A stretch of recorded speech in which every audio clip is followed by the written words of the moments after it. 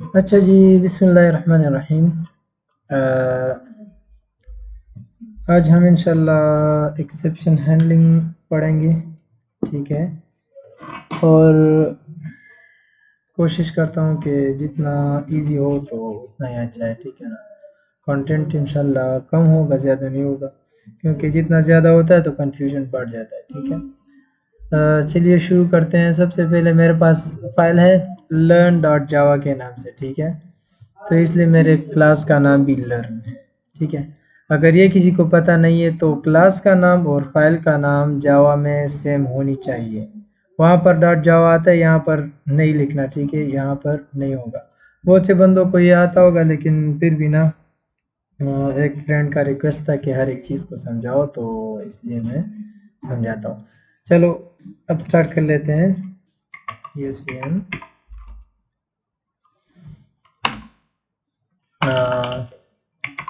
Public static void main, ठीक है।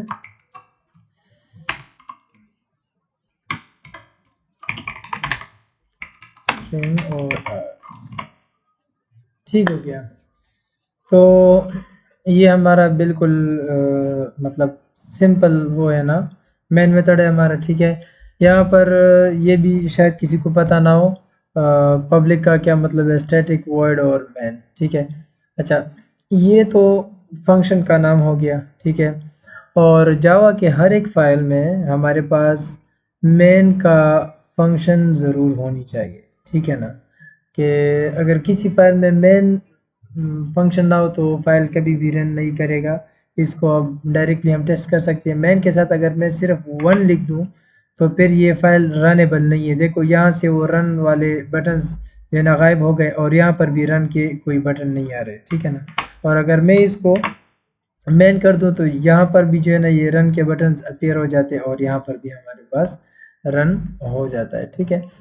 और वॉइड का मतलब ये है कि ये फंक्शन कोई भी चीज़ रिटर्न नहीं करेगा। मतलब ये कोई रिटर्न में जो है ना इंटीजर नहीं देगा, फ्लोट नहीं देगा, कुछ भी नहीं देगा। ये जस्ट प्रिंट कर सकता है और कोई चीज़ मतलब कैलकुलेशन वगैरह कर सकता है, ठीक है। और स्टैटिक का मतलब ये है कि इस फंक्शन को हम बिना इस क्लास के ऑब्जेक्ट क्रिएट किए इसको हम कॉल कर सकते हैं। मतलब जो हमारे पास कंपाइलर है ना, वो इस मेन मेथड को डायरेक्टली जो है ना एग्जीक्यूट कर सकता है, ठीक है। उसका एंट्री पॉइंट यहाँ से होगा, यहाँ से वो जो है ना एग्जीक्यूशन स्टार्ट करेगा, ठीक है। और पब्लिक का मतलब ये है कि ये मेन जो मेथड है ये पब्लिक है। अगर ये पब्लिक नहीं होगा तो कंपाइलर इसको एक्सेस नहीं कर पाए, ठीक है। बस इतना आई थिंक सो कि काफ़ी होगा। और अब चलते हैं अपने एक्सेप्शन हैंडलिंग की तरफ, ठीक है। एक्सेप्शन हैंडलिंग में हमारे पास दो किस्म के एक्सेप्शंस होते हैं। एक हमारे पास है चेक्ड एक्सेप्शन और एक है अनचेक्ड एक्सेप्शन, ठीक है। तो चेक्ड और अनचेक्ड एक्सेप्शन की जो मतलब जो कैटेगरीज हैं, मतलब चेक्ड के अंदर कौन कौन से आते हैं और अनचेक्ड के अंदर अंदर कौन कौन से आते हैं, तो वो सब तुम लोग काइंडली स्लाइड्स में से देख लो, ठीक है। स्लाइड्स में मौजूद है, सर के स्लाइड में मौजूद है, तो वहाँ से फिर देख लो। मैं सिर्फ सिंपली यहाँ पर आपको समझाऊंगा, ठीक है। जो चीज़ वहाँ पर मौजूद होगा और उसको देखते हुए तुम लोगों को समझ आता होगा तो बस उसको मैं तुम लोगों पर छोड़ दूंगा, ठीक है। तो चेक्ड एक्सेप्शंस हमारे पास वो होते हैं कि जो हम यहाँ पर गलती करते हैं ना, गलती मतलब कोई चीज़ हम गलत लिखते हैं, कोई मतलब कोई भी ऐसा चीज़ हो जिससे एरर रेज हो जाता है और कंपाइलर को इसी टाइम पता लगता है, तो उसको हम चेक्ड एक्सेप्शन बोलते हैं, ठीक है। और अनचेक्ड वो होते हैं ना जिनको मतलब यहाँ पर हम कोड तो लिख देते हैं, उसमें एरर आ सकता है, लेकिन for the time being compiler उसको मतलब नहीं वो कर सकता, मतलब उसको समझ नहीं आता कि इसमें खामखा एरर होगा। मिसाल के तौर पर अगर चेक्ड एक्सेप्शन की हम बात करें तो लेट सपोज मैं कहता हूँ इंट एक्स, ठीक है।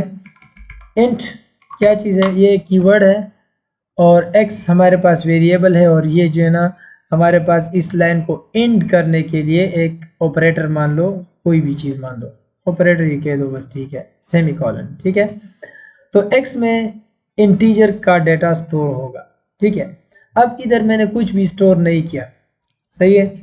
और मैं करता हूँ एक्स डॉट लेंथ, ठीक है ना, मैं करता हूँ एक्स डॉट लेंथ। तो यहाँ पर जो है ना, ये देखो, ये हमको कंपाइलर फोर्स कर रहा है। तो इसकी एक और डिफिनीशन ये है कि जो हमारे पास चेक्ड एक्सेप्शंस है ना, वो हमको यहाँ से दिख जाता है। मतलब कंपाइलर हमको फोर्स कर रहा है कि यार इस चीज़ में जो है ना एरर है। ये देखो रेड लाइन यहाँ पर आपको दिख रहा होगा, इस चीज़ में एरर है। तो वो कहता है कि यार तुम इस चीज़ को अभी के अभी सेट कर दो, इसका कुछ ना कुछ हल निकाल दो, ठीक है।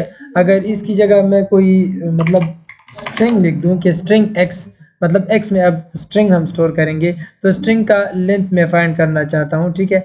तो ये चीज़ जो है ना काम नहीं करेगा, ठीक है, क्योंकि कंपाइलर को अभी से ही पता लग गया कि यार इधर तो एरर है, क्योंकि स्ट्रिंग में मतलब एक्स में कोई स्ट्रिंग है ही नहीं, तो उसका लेंथ क्या होगा, लेंथ भी नहीं होगा ना, और मैं उसका लेंथ फाइंड कर रहा हूँ, ठीक है। तो ये चीज़ जो है ना, मतलब इसको हम कहते हैं चेक्ड एक्सेप्शन, ठीक है। जो यहीं पर ही चेक हो जाता है और समझ आ जाता है कंपाइलर को कि यार ये चीज़ जो है ना गलत है, ठीक है। और अब जो है ना अनचेक्ड की बात कर लेते हैं कि अनचेक्ड क्या होता है। इंट x इक्वल्स 100 या 10 डिवाइडेड बाय 0, ठीक है। ये एक अनचेक्ड एक्सेप्शन है, ठीक है। इसको मतलब कंपाइलर हमको फोर्स नहीं कर रहा कि यार इस चीज़ को जो है ना तुम अभी के भी सॉल्व कर दो, या यहाँ पर एरर आता है, ये एरर है, यहाँ पर एरर है, लेकिन कंपाइलर हमको फोर्स नहीं कर रहा। क्यों? क्योंकि हम इसको इस तरह भी तो कर सकते हैं कि अगर मैं लिखूँ कि स्कैन इक्वल्स न्यू स्कैनर और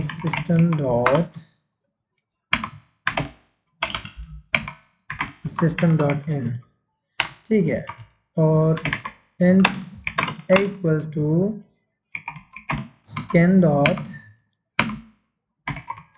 नेक्स्ट इंट, ठीक है। और इस तरह मैं कहूँ कि int b equals to scan dot next int, ठीक है।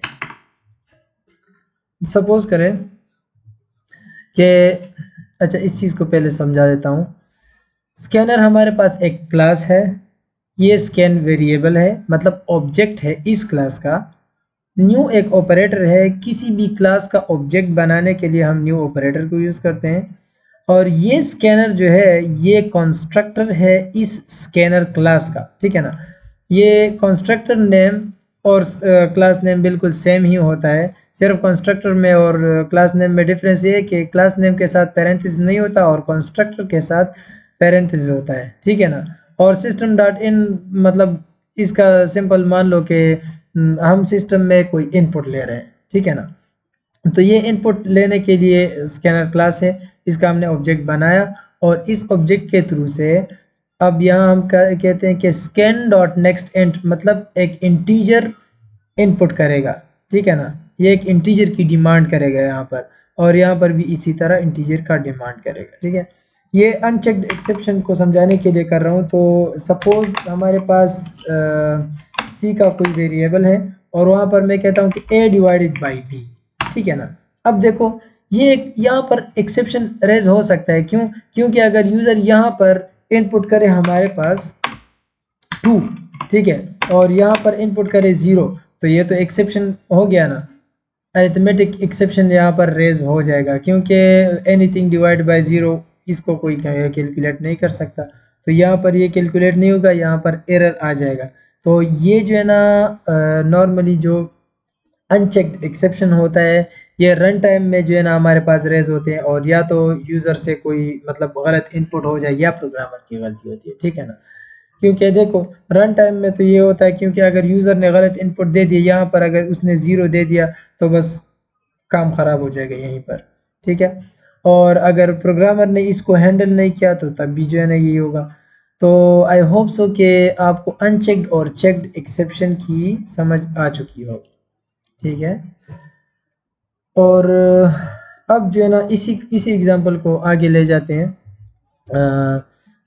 सबसे पहले इसको हम थोड़ा सा और भी अच्छा कर देते हैं, साउथ इंटर वैल्यू फॉर ए, ठीक है, और इसी चीज़ को हम कॉपी करके यहाँ पेस्ट कर देते हैं, ठीक है। Enter value for A, enter value for B. तो पहले ए के लिए हम वैल्यू लेंगे, फिर बी के लिए हम वैल्यू लेंगे, फिर इन दोनों को वो करके डिवाइड करके फिर इसका रिजल्ट हम निकालेंगे, ठीक है। तो सी इक्वल्स टू सी हमारे पास आ जाएगा। अच्छा जी, तो इसको हम रन कर देते हैं।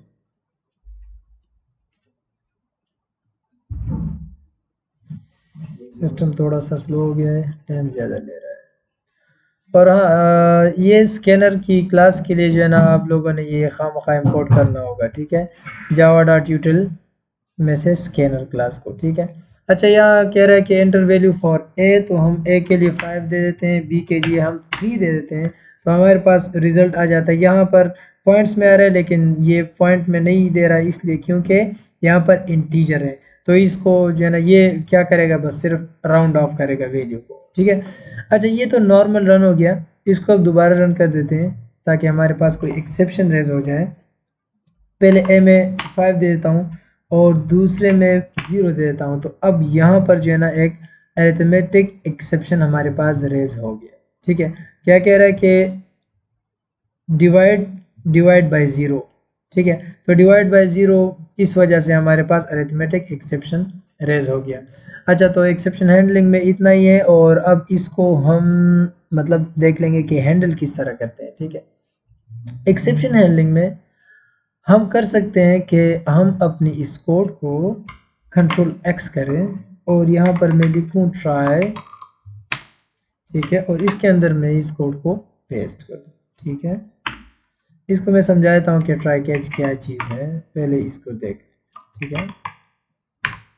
अरिथमेटिक एक्सेप्शन ई, ठीक हो गया।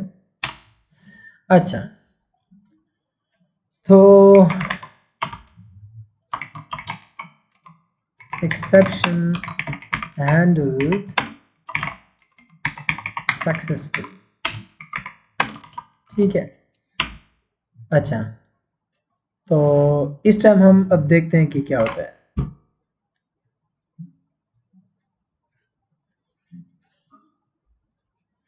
फिर मैं आपको कोड समझा देता हूँ कि इसका क्या मतलब है, ठीक है। वही 5 देते हैं, फिर वही 3 दे देते हैं, तो नॉर्मली हमारे पास जो है ना बिल्कुल नॉर्मल उसका फ्लो था और ठीक से रन हो गया। और सपोज करें कि फिर से जो है ना यूज़र ने दूसरे नंबर में 0 डाल दिया, तो यहाँ देखिए हमारा प्रोग्राम जो है ना मतलब उसमें कोई एरर वगैरह नहीं आई और एक्सेप्शन जो है ना हैंडल हो गया सक्सेसफुल, ठीक है। ये तो मैंने यहाँ पर मैसेज लिख दिया, ये मैसेज आप जो भी लिखो तो अपनी मर्जी आपकी, ठीक है। अच्छा, ट्राई के ब्लॉक में हम हमेशा वो कोड लिखते हैं जिसमें हमको अंदाज़ा हो जाता है कि यार यहाँ पर ये एरर आ जाता है, मतलब यहाँ पर एरर पॉसिबल है कि आ जाए, तो उस कोड को हम लिख देते हैं। तो हमको अब ये वाला कोड नहीं चाहिए, इसको हम ट्राई के ब्लॉक में से निकाल देते हैं, ठीक है। क्योंकि ट्राई के ब्लॉक के अंदर जो है ना हमेशा जितना कम कोड लिखो तो उतना ही अच्छा है, ठीक है ना। मतलब इस चीज़ को अंदर या बाहर लिखो तो कोई फ़र्क नहीं पड़ता, तो इसलिए अंदर क्यों लिखे ट्राई के ब्लॉक के अंदर, ठीक है। अच्छा, हमारे पास एरर यहाँ पर रेज हो जाता है और हम इसको भी जो है ना ट्राई के ब्लॉक के अंदर इस लाइन को भी रहने देते हैं। क्यों? क्योंकि ये लाइन जो है ना इसके साथ एसोसिएटेड है। अगर सी का कुछ रिज़ल्ट आता है तो तभी हम उसको प्रिंट करते हैं, अगर सी का रिज़ल्ट नहीं आता तो हम फिर उसको प्रिंट नहीं करते, तो इसलिए इस कोड को इसके साथ रहने देते हैं, ठीक है। अच्छा, ट्राई की समझ आ गई। ट्राई के ब्लॉक के अंदर हम सिर्फ और सिर्फ वही कोड लिखेंगे जिसमें हमको शक हो कि यार यहाँ पर एक्सेप्शन रेज हो सकता है, ठीक है।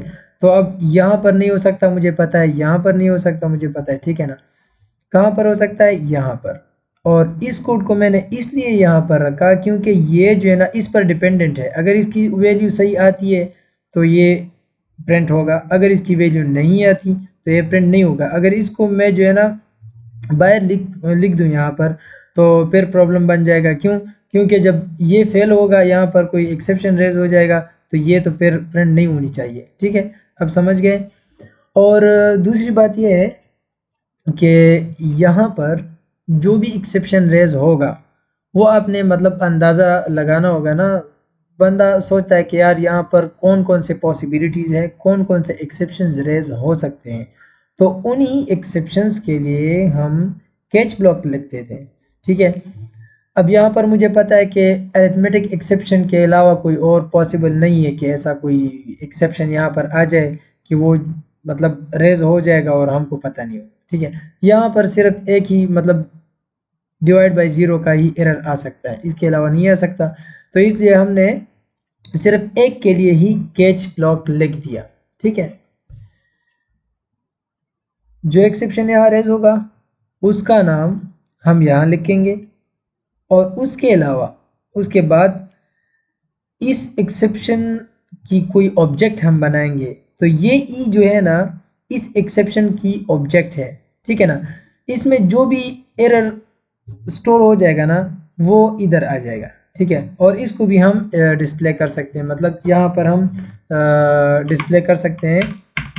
ठीक है, इसके अलावा चलो मैं इसको रेंज देता हूँ और दूसरा लिख देता हूँ ई।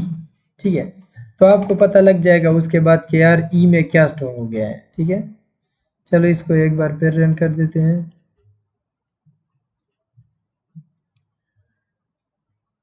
अच्छा, तो 7 और 0, तो ये देखें क्या कह रहा है कि जावा डॉट लेन डॉट अरिथमेटिक एक्सेप्शन।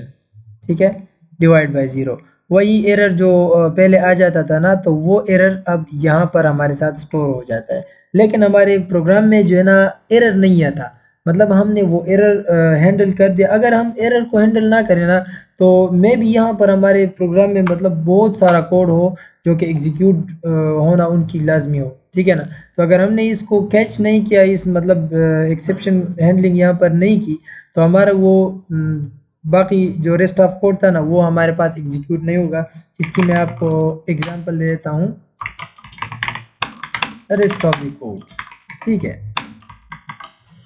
तो अब देख लेते हैं कि जब एक्सेप्शन रेज होता है तो हमारा ये रेस्ट ऑफ द कोड दिखता है कि नहीं।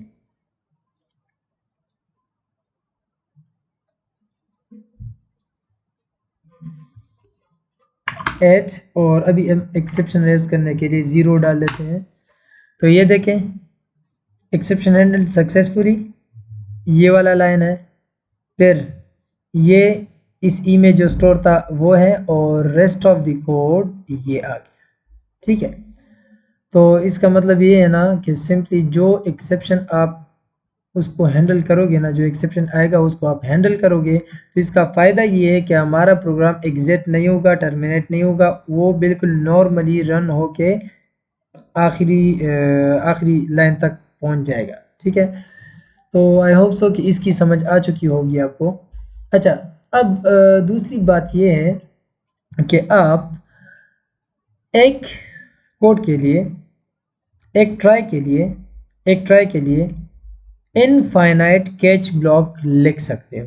ठीक है, यहाँ पर कोई रिस्ट्रिक्शन नहीं है, लेकिन शर्त यह है कि एक ट्राई ब्लॉक के लिए कम से कम एक कैच ब्लॉक का होना या एक फाइनली ब्लॉक का होना लाजमी है। ठीक है ना, फाइनली हम कर लेंगे लेकिन ये सिर्फ ध्यान में याद रखो, इसी वीडियो में हम इंशाल्लाह कर लेंगे। ठीक है,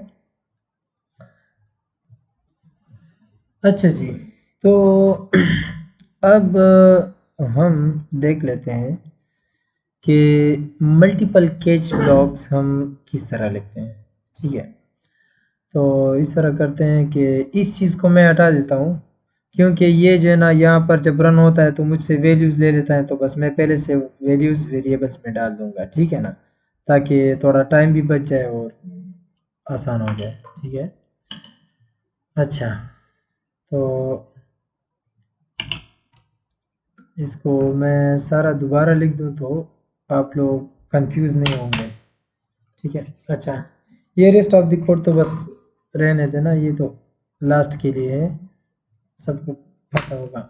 अच्छा, तो यहाँ पर अब हम क्या करते हैं कि एक वेरिएबल ले लेते हैं x equals to 10 divided by 2, ठीक है। यहाँ पर एक्सेप्शन रेज नहीं होगा इसमें, ठीक है। और फिर हम ले लेते हैं स्ट्रिंग नेम इक्वल्स टू, अच्छा स्ट्रिंग नेम इसमें जो है ना हमारे पास आ जाएगा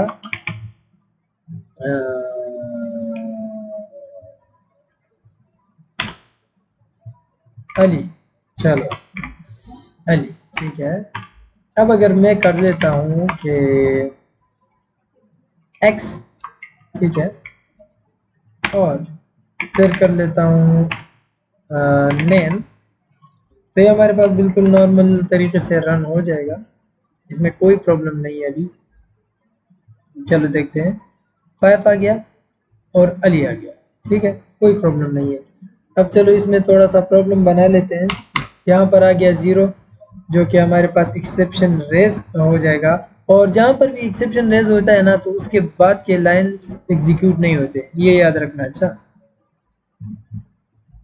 जब हम हैंडल नहीं करते तब एग्जीक्यूट नहीं होते, जब हैंडल कर लेते हैं तब एग्जीक्यूट हो जाते हैं।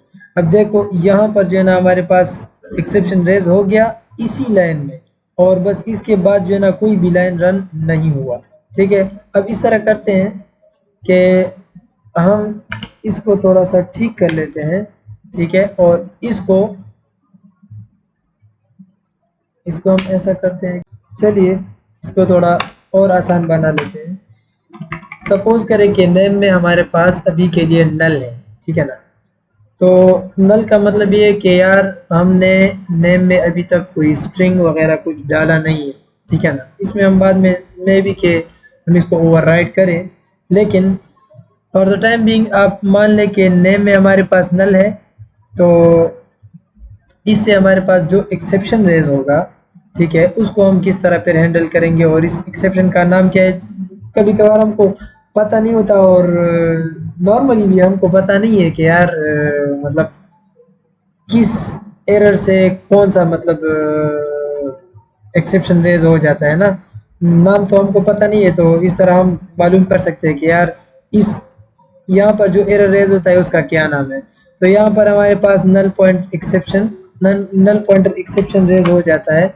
तो हम अब इसको हैंडल करना चाहते हैं, मतलब दो जगहों में हमारे पास अगर एक साथ कोई एक्सेप्शन रेज हो जाता है, तो हम दोनों को किस तरह अलग अलग कैच ब्लॉक में लिख के हैंडल कर सकते हैं, ठीक है। अच्छा, तो हम इस तरह करते हैं, हमको पता है कि ये जो ब्लॉक है यहाँ पर हमारे पास एक्सेप्शन रेज होता है, तो हम इसको कट कर देते हैं और यहाँ पर हम लिख देते हैं ट्राई, और इसके अंदर ये हम डाल देते हैं, ठीक है। और इसको भी हम, चलो बस इसको हम हटा देते हैं, कोई ज़रूरत नहीं है इसकी, ठीक है। और यहाँ पर मैं कैच लिख देता हूँ। सबसे पहले मैं इसके लिए लिखूंगा, क्योंकि यहाँ पर हमारे पास पहले ये रेज हो सकता है। तो जब मान लेते हैं कि यहाँ पर हमारे पास अरिथमेटिक एक्सेप्शन रेज हो गया, क्योंकि यहाँ पर 0 है, ठीक है, तो मैं लिख देता हूँ अरिथमेटिक एक्सेप्शन ई, ठीक है। अगर यहाँ पर आप कोई कोड ना लिखे यहाँ पर, ठीक है, इस लाइन में, तो कोई मसला नहीं है, ठीक है, आपका प्रोग्राम बिल्कुल नॉर्मल तरीके से रन हो जाएगा। और अगर कोई कोड लिख देते हैं तो अच्छी बात है, यूज़र को पता लग सकता है कि यार क्या मसला है। आप यहाँ पर बता सकते हैं कि यार आपका ये प्रॉब्लम आ गया है, इसको आप सॉल्व करें, ठीक है। अच्छा, दूसरा हम कैच ब्लॉक लिख देते हैं, और अगर हमारे पास कोई नल पॉइंटर एक्सेप्शन आ जाता है तो उसके लिए हम कोई कुछ मतलब लिख सकते हैं, सॉरी यहाँ पर E1 कर देंगे इसको, ठीक है, ताकि मतलब डिफरेंस समझ आ जाए। तो अब हम नल पॉइंटर एक्सेप्शन यहाँ पर ऐसे रेज होगा साउथ, और नेम डॉट लेंथ अगर मैं करूँ तो तभी हमारे पास नल पॉइंटर एक्सेप्शन रेज हो सकता है, ठीक है। तो मैं यहाँ पर लिखूंगा कि डिवीजन बाय 0 नॉट पॉसिबल, ठीक है। और यहाँ पर मैं लिखूंगा कि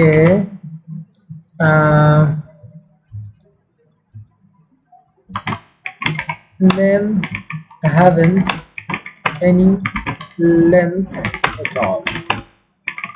ठीक है। अच्छा, अब देख लेते हैं कि इसका क्या रिजल्ट हमारे पास आ जाता है। ये देखें, division by zero not possible. ठीक है। अब आप कहोगे कि यार यहाँ पर भी जो है ना, यहाँ पर भी जो है ना हमारे पास एरर है और यहाँ पर भी। ठीक है, बिल्कुल यहाँ दोनों जगहों में एरर है। इससे भी एरर हमारे पास रेज होता है इस लाइन में, और इससे भी हमारे पास एरर रेज हो जाता है। ठीक है। तो जब यहाँ पर कंट्रोल आ जाता है और यहाँ पर एरर आ गया, तो फिर जो है ना ये लाइंस रीड नहीं होते और सीधा जो है ना पहली कैच ब्लॉक में आ जाता है। और यहाँ पर इसको जो ये एक्सेप्शन था वो यहाँ पर हमने कैच किया है और हमने ये एग्जीक्यूट किया, और बाकी कुछ भी एग्जीक्यूट नहीं होगा, मतलब ये वाला लाइन एग्जीक्यूट नहीं होगा। फिर नॉर्मल यहाँ पर आके ये चीज़ें एग्जीक्यूट हो जाएंगी, क्योंकि एक ट्राई के जो है ना अगर 10 कैच ब्लॉक्स हों तो 10 के 10 एग्जीक्यूट नहीं होते, बस एक ट्राई के लिए एक ही कैच ब्लॉक एग्जीक्यूट हो जाता है, इनमें से कोई भी एग्जीक्यूट हो सकता है। अब चलो मान लेते हैं कि ये वाला पोर्शन हमारे पास बिल्कुल ठीक है, 10/3 हो गया, ये बिल्कुल ठीक हो। अब यहाँ पर हमारे पास एरर है, तो ये वाला लाइन एग्जीक्यूट होगा, यहाँ पर कोई प्रॉब्लम नहीं है। यहाँ पर जब आएगा इसमें, तो यहाँ प्रॉब्लम आ जाएगी, नल पॉइंटर एक्सेप्शन रेज हो जाएगा, और वो जो है ना कंट्रोल यहाँ पर आएगा। यहाँ पर देखेगा कि यार ये तो अरिथमेटिक एक्सेप्शन है, इसको लीव करके यहाँ आ जाएगा, तो इसको नल पॉइंटर एक्सेप्शन मिल जाएगा, और ये वाला कोड वो एग्जीक्यूट करके फिर नॉर्मली यहाँ आएगा, और यहाँ पर हमारे पास प्रोग्राम खत्म हो जाएगा। अच्छा, अब देख लेते हैं। देखिए यहाँ पर जो है ना बिल्कुल नॉर्मल रन हो गया, यहाँ प्रॉब्लम नहीं था। ठीक है, इस लाइन में भी अभी तक प्रॉब्लम नहीं है, क्योंकि बस उसमें हमने नल असाइन किया है ना। जब यहाँ आ गया, तो जब नेम में नल है तो इसका कोई लेंथ नहीं है, तो लेंथ हम फाइंड कर रहे हैं, तो यहाँ पर प्रॉब्लम आ गया, नल पॉइंटर एक्सेप्शन। कंट्रोल यहाँ से सीधा आके यहाँ आ गया, इसको नल पॉइंटर एक्सेप्शन की कैच ब्लॉक नहीं मिली यहाँ पर, तो इसको भी लीव करके यहाँ आ गया। ठीक है, तो यहाँ पर जब देखा तो नल पॉइंटर एक्सेप्शन मिल गया, जो कि यहाँ पर रेज हुआ था, तो इसको हमने कैच किया। इसका जो हैंडलिंग कोड था वो इसने एग्जीक्यूट किया, जो कि ये है, और फिर इसके बाद ये वाला कोड रन हो गया, रिस्टोर द कोड। ठीक, और यहाँ पर प्रोग्राम खत्म हो गया। अच्छा, अब एक और चीज़ मान लेते हैं कि for the time being just मतलब आपको सिखाने के लिए कि अगर सपोज अगर ये वाला लाइन और ये वाला लाइन, मतलब जो हम मैसेजेस जो है ना यूज़र को दिखाना चाहते हैं, अगर वो दोनों मैसेजेस एक तरह के हैं, मतलब एक ही है। सपोज करते हैं यहाँ पर मैं लिख देता हूँ कि अनएक्सपेक्टेड एरर रेज्ड। ठीक है, और यही कोड यहाँ पर भी है। ठीक है, अगर ये दोनों कोड यहाँ पर भी वही चीज़ है और यहाँ पर भी वही चीज़ है, दोनों एक जैसे हैं, तो फिर हम क्या कर सकते हैं कि इस एक्सेप्शन को यहाँ पर लिख सकते हैं। तो इसको हम किस तरह लिखेंगे, पहले तो इसको मैं रन कर देता हूँ, पहले वाले में प्रॉब्लम लेके आ जाते हैं ताकि हमको पता लग जाए। देखो ये जो है ना, ये पहला वाला है, ये क्योंकि यहाँ पर ज़ीरो आ गया तो ये सीधा यहाँ आ जाएगा और यहाँ से ये प्रॉब्लम बन जाएगा, और मतलब एक्सेप्शन कैच होके ये ब्लॉक एग्जीक्यूट हो जाएगा। ठीक है, अब इसको हम ठीक कर देते हैं, और अब यहाँ पर प्रॉब्लम है, तो इसमें से जो है ना जब एरर आएगा तो कंट्रोल यहाँ आएगा, यहाँ से फिर सीधा यहाँ आएगा। ठीक है, और ये वाला कोड एग्जीक्यूट हो जाएगा। चलो इसको रन कर देते हैं।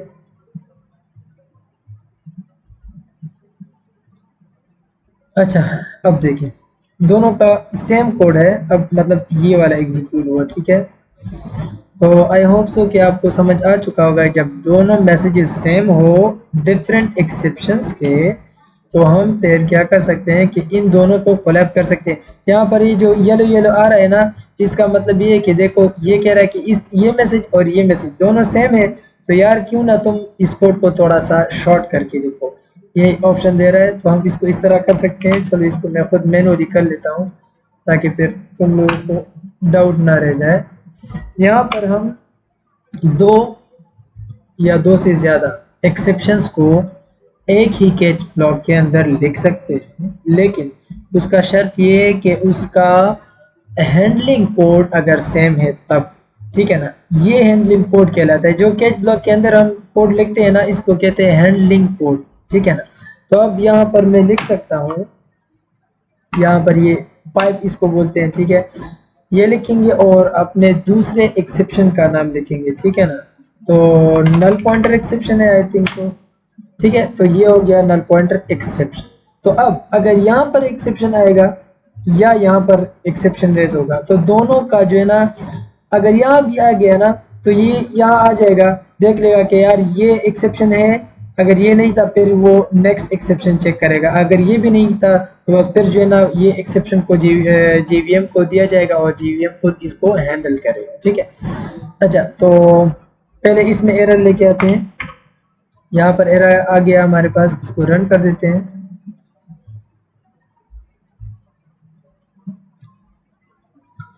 ये देखें, अनएक्सपेक्टेड एरर रेज्ड। अब इसको हम ठीक कर लेते हैं। डिवाइड बाय 7 हो गया और अब हमारे पास यहाँ पर एरर है। तो अब जो है ना क्या होगा, वो पहले वाले में ये हो गया ना कि यहाँ पर एरर आ गया तो ये सीधा आ गया यहाँ कैच ब्लॉक में, इसको अरिथमेटिक एक्सेप्शन मिल गया क्योंकि यहाँ पर अरिथमेटिक एक्सेप्शन रेज हो गया था और यहाँ पर हमने कैच किया है, तो इसने जो है ना ये ब्लॉक ऑफ कोड एग्जीक्यूट किया। अब क्या होगा कि अब यहाँ पर प्रॉब्लम नहीं है, प्रॉब्लम यहाँ पर होगा और यहाँ पर कौन सा एरर रेज होगा, नल पॉइंटर एक्सेप्शन। तो नल पॉइंटर एक्सेप्शन जब यहाँ पर रेज होगा, कंट्रोल आ जाएगा यहाँ पर कैच ब्लॉक के अंदर, पहले देखेगा कि यार ये जो है ना ये नल पॉइंटर एक्सेप्शन है कि नहीं, ये नहीं है तो आ जाएगा इधर, ये है हाँ ठीक है। तो इसको हमने हैंडल किया है यहाँ पर, मतलब हमने कैच किया है ना इस नल पॉइंटर एक्सेप्शन को, तो फिर ये ब्लॉक ऑफ कोड एग्जीक्यूट हो जाएगा। फिर इसके बाद क्या होगा, अब देखते हैं इसको।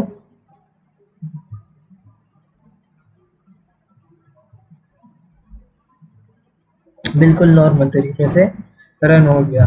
तो मेरे कहने का मतलब ये है कि अगर एक ट्राई ब्लॉक के अंदर 10 डिफरेंट या जितने भी ज़्यादा हों, कोई मसला नहीं, बस एक से अगर ज़्यादा, अगर एक ट्राई ब्लॉक के अंदर एक से ज़्यादा एक्सेप्शंस रेज होते हैं, एक से ज़्यादा एक्सेप्शंस रेज होते हैं, तो और उन सब का कोड, हैंडलिंग कोड जो कि ये है कैच ब्लॉक के अंदर जो होता है, अगर उन सब का हैंडलिंग कोड एक जैसा है तो तुम सब जो है ना उस सारे एक्सेप्शंस के नाम को इस तरह पाइप से सेपरेट करके लिख सकते हो और उन सब के लिए एक ऑब्जेक्ट होगा, ठीक है ना। क्योंकि इन सब में से एक ही जो है ना एक एट अ टाइम एक ही कॉल होगा और एक ही जो है ना कैच हो जाएगा, ठीक है ना। तो उसको एक ही वेरिएबल में हम स्टोर करेंगे, तो ये इस जगह में काम आ सकता है। इसको फिर फर्दर खुद एक्सप्लोर करो, ठीक है। अब सपोज करो मान लेते हैं कि यहाँ पर हमारे पास एक्सेप्शन कोई रेज होता है लेकिन हमको पता नहीं चलता कि यार यहाँ पर कौन सा एक्सेप्शन रेज होगा ना, एक्सेप्शन तो भी बहुत ज़्यादा हैं। तो जब आपको एग्जैक्ट नाम का पता नहीं होना तो बस हम सिंपल जो है ना इन सब का जो है ना पेरेंट लिख देते हैं जो कि है एक्सेप्शन क्लास खुद, ठीक है। अब एक्सेप्शन क्लास जो है ना, एक्सेप्शन क्लास के अंदर ये सब चाइल्ड है, अरिथमेटिक है और नल पॉइंटर एक्सेप्शन है और class name not found exception है, इस तरह बहुत ज़्यादा है, ठीक है। आईओ एक्सेप्शन है, ये सब जो है ना एक्सेप्शन क्लास के चाइल्ड्स हैं। अब जो है ना अब भी जो है ना ये कोड बिल्कुल ठीक रन होगा, चाहे यहाँ पर एरर हो चाहे यहाँ पर एरर, ठीक है। ये अब देख लेते हो, देखो बिल्कुल ठीक से रन हो गया हमारे पास। क्यों? क्योंकि ये एक्सेप्शन क्लास जो है ना इसके अंदर जो हमारे पास कंपाइल टाइम में एरर आ जाएगा, चाहे इधर आ जाए या चाहे इधर आ जाए, तो वो आके यहाँ पर देखेगा, इसके सब चाइल्ड में देखेगा, फिर उसके सब चाइल्ड में देखेगा। तो ये देखता जाएगा जब तक इसके सारे क्लासेस ख़त्म हो जाए। अगर इसको नहीं मिला तो फिर जो है ना ये आपको कह देगा कि भाई एक्सेप्शन जो है ना रेज हो गया, और उसको जो है ना मतलब हैंडल भी नहीं हुआ। क्योंकि अगर यहाँ पर नहीं मिला, और यहाँ पर मिलता है लाजमी, क्योंकि इन जावा वालों ने सबके लिए कुछ ना कुछ किया है। ठीक है, जितने एक्सेप्शंस वगैरह रेज होते हैं तो उन सब के लिए कोई ना कोई क्लास बनी हुई है, तो वो आपको नज़र आ जाएगा। ठीक है, अच्छा, अब आप लोग कहोगे कि यार एक बार हम सिर्फ ये एक्सेप्शन लिखेंगे ना, एक बार लिखेंगे और सारे हैंडल हो जाएंगे, तो क्या ज़रूरत है कि हम अलग अलग लिखेंगे। इस दोनों में सिर्फ ये फ़र्क है ना कि अगर आप ये लिखते हो तो ये टाइम ज़्यादा ले लेता है बजाय कि आप ये लिखो। ठीक है ना, यहाँ पर आप कोड तो ज़्यादा लिखते हो लेकिन ये टाइम कम लेता है। क्यों? क्योंकि ये स्पेसिफिकली सिर्फ दो चीज़ों को चेक कर लेता है और बस। ठीक है ना, लेकिन अगर आप ये नहीं लिखते, ठीक है, अगर आप ये नहीं लिखते और सिर्फ लिखते हो कि एक्सेप्शन, तो ये जाके एक्सेप्शन के अंदर फिर एक एक क्लास के, अगर उसमें 1000 क्लास है ना, तो 1000 क्लासेस को वो चेक करेगा कि यार यहाँ पर जो एक्सेप्शन रेज हुआ है इस लाइन में, तो वो कौन सा एक्सेप्शन है, आया वो ये है या दूसरे कोई है। तो इसलिए वो टाइम ज़्यादा लेता है कंपाइल के दौरान, और ये टाइम कम लेता है। और जितना एक्सेप्शन हैंडलिंग में जितना स्पेसिफिक रहोगे तो उतना आपका कोड क्लीन होगा और अच्छा होगा। ठीक है, आई होप सो कि आप इस चीज़ को ट्राई करोगे और चेक करोगे। चलो अब हम फाइनली ब्लॉक की बात करते हैं। ठीक है, तो फाइनली ब्लॉक हमारे पास एक ऐसा ब्लॉक होता है कि चाहे यहाँ पर एरर आ गया या नहीं आया, चाहे यहाँ पर कैच हो गया या नहीं हुआ, फाइनली ब्लॉक हर एक हाल में जो है ना ये रन होगा। ठीक है ना, इसको हम देख लेते हैं। मैं लिखता हूँ कि दिस इज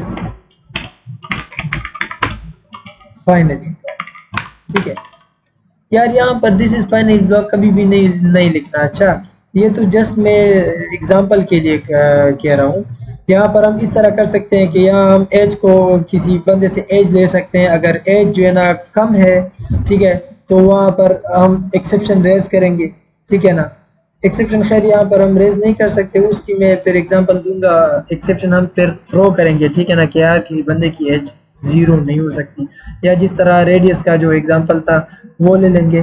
कोई भी एग्जांपल उठा के हम करेंगे, लेकिन हम ये फाइनली उस केस में लिखते हैं कि जब किसी भी सूरत में हम यूज़र को कुछ ना कुछ कहना चाहते हैं तो फिर हम फाइनली ब्लॉक को यूज़ करते हैं। ठीक है ना, ट्राई के लिए फाइनली का लाजमी नहीं है, मतलब फाइनली लिखना लाजमी नहीं है कि यार हर ट्राई के साथ एक फाइनली हो, लेकिन हर ट्राई के साथ कम से कम या तो एक कैच ब्लॉक और या तो एक फाइनली ब्लॉक होना चाहिए। ठीक है ना, इन दोनों में से एक लाजमी होनी चाहिए, और दो भी हो सकते हैं, ये दोनों भी हो सकते हैं। और यहाँ पर जो है ना कैच ब्लॉक बहुत सारे हो सकते हैं, इनफाइनाइट हो सकते हैं। ठीक है ना, जितना आप लिख सकते हो। लेकिन एक चीज़ याद रखना कि जब भी आप ट्राई ब्लॉक लिखो तो इसके बाद सीधा कैच ब्लॉक होगा, और जितने भी कैच ब्लॉक्स आपके हों वो सारे जब ख़त्म हो जाएंगे तो उसके बाद सीधा फाइनली ब्लॉक होगा। यहाँ बीच में आप दूसरे कोड्स नहीं लिख सकते, मतलब आप कहोगे कि प्रिंट माय नेम। ठीक है, ये देखो यहाँ पर जो है ना हमारे पास चेक्ड एरर आ गया, जो हमारे पास यहाँ पर सीधा कंपाइलर चेक करके हमको बता देता है और हमको फोर्स करता है कि यार ये चीज़ गलत है, इसको ठीक करो। तो ये हमारे पास चेक एक्सेप्शन होता है। तो यहाँ पर देखिए, अगर इस कोड को मैं यहाँ से कंट्रोल एक्स करके यहाँ लिख दूँ तो भी जो है ना हमारे पास ये देखें प्रॉब्लम आ गया। क्यों? क्योंकि वो कह रहा है कि भाई ये ट्राई के बाद जो है ना सीधा हमको कैच ब्लॉक चाहिए, ये चीज़ें नहीं चाहिए। ठीक है, तो हम इसको हटा देते हैं। आई होप सो कि आपको समझ आ चुका होगा। चलो हम इस तरह करते हैं कि अभी तो इसमें प्रॉब्लम है, इस प्रॉब्लम को हम थोड़ा हटा देते हैं फॉर द टाइम बीइंग कि आपको समझ आ जाए। हमने ट्राई किया, यहाँ पर कोई एक्सेप्शन नहीं आएगा क्योंकि ये मतलब नॉर्मली डिवाइड हो जाएगा। हम जब सिर्फ देखते हैं कि फाइनल ब्लॉक रन हो जाता है, तो देखें दिस इज फाइनली ब्लॉक और रेस्ट ऑफ द कोड। अब आपको मतलब डाउट होगा कि यार ये चीज़ क्यों, ये चीज़ तो तब रन होगा ना जब यहाँ पर कोई एरर आएगा, यहाँ पर एरर नहीं है तो ट्राई ब्लॉक रन हो गया ठीक से। फिर जो है ना ट्राई जब ट्राई में कोई प्रॉब्लम नहीं आता ना तो कैच ब्लॉक अगर आपने 1000 भी लिखे हो तो कैच ब्लॉक्स ये एग्जीक्यूट नहीं करेगा, इसको देखेगा भी नहीं, बस सीधा आ जाएगा फाइनली ब्लॉक की तरफ। ठीक है, तो यहाँ पर कोई प्रिंट की स्टेटमेंट नहीं है तो सीधा आ गया फाइनली की तरफ, और फाइनली के बाद हमारे पास rest of the code execute हो गया। चलो अब इस तरह करते हैं कि यहाँ पर हम एक्सेप्शन रेज कर देते हैं, ठीक है ना। ये नल है और इसका हम लेंथ फाइंड कर दें तो ये एक्सेप्शन रेज होगा, ये नल पॉइंटर एक्सेप्शन रेज हो जाएगा। ठीक है, ये रन होगा, एग्जीक्यूट होगा, फिर ये एग्जीक्यूट होगा, फिर ये एग्जीक्यूट। ठीक है, अब इसको हम देख लेते हैं।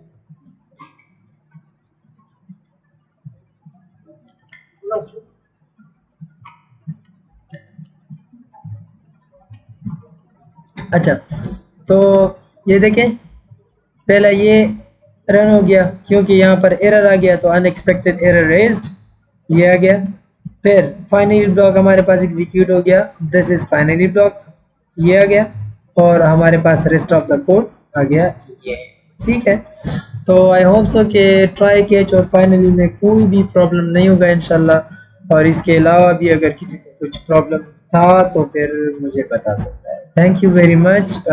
ये सेशन यहाँ पर मैं ख़त्म कर रहा हूँ, और दूसरा सेशन अभी हम कर लेंगे, उसमें हम पढ़ेंगे थ्रो और थ्रोज कीवर्ड के बारे में। ठीक है, कि हम खुद का एक्सेप्शन किस तरह थ्रो करते हैं, उसको हम इसके बाद इंशाल्लाह पढ़ेंगे। थैंक यू वेरी मच, अल्लाह हाफिज़।